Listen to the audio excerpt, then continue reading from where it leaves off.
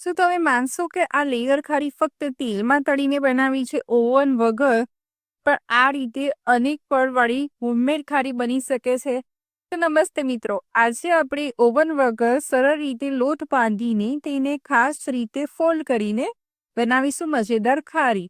તો એના માટે આપણે એક બાઉલ મેદો લઈ લીધો છે. આ 250 ગ્રામ જેટલો મેદો છે. એમાં થોડું સ્વાદ પ્રમાણે મીઠું એડ કરી, અડધી ચમચી જેટલું જીરું એડ કરવાનું છે. કલર સરસ આવે એના માટે 5 ચમચી જેટલી હળદર એડ કરશું. અને હવે થોડું તેલ એડ કરી દેવાનું છે.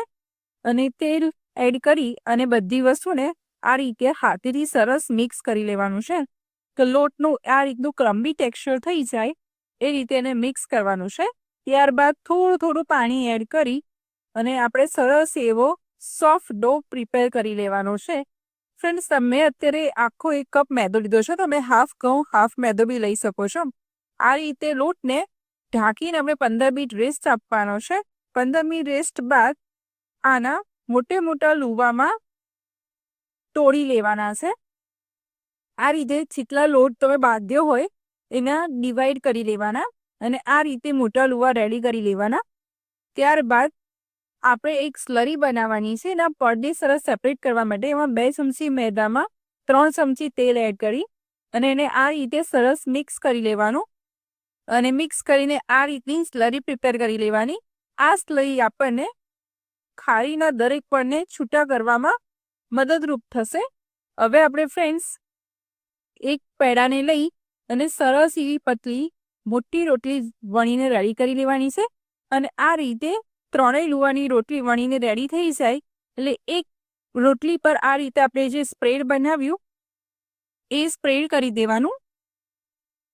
એની ઉપર આપણે થોડો લોટ ડસ્ટ કરીશું અને ત્યારબાદ એના ઉપર બીજી, અને એ રીતે આપણે જેટલી રોટલી બનાવી છે એકાનું લેયરિંગ કરી લેવાનું. આ રીતે લેયરિંગ થઈ જાય એટલે એને 2 સાઈડથી હાફ ફોલ્ડ કરી અને વચ્ચેથી બી હાફ ફોલ્ડ કરી લેવાનું. અને એને આ રીતે પ્રેસ કરીને એક મોટી સાઈઝનો સ્ક્વેર લુઓ રેડી કરી લેવાનો. હવે થોડોક લોટ ડસ્ટ કરી અને એને મીડિયમ સાઈઝની ખારી વણીને રેડી કરી લેવાની છે. આ રીતે એને તમે જે શેપમાં કટ કરો એ શેપમાં કટ કરી શકો છો. હું આ રીતે અત્યારે મીડિયમ સાઈઝની સ્ક્વેર ખારી કટ કરી રહી છું. હવે આમાંથી આપણે એક પીસ જોઈએ તો કેટલા સરસ લેયર આપણા ખારીના રેડી થઈ ગયા છે.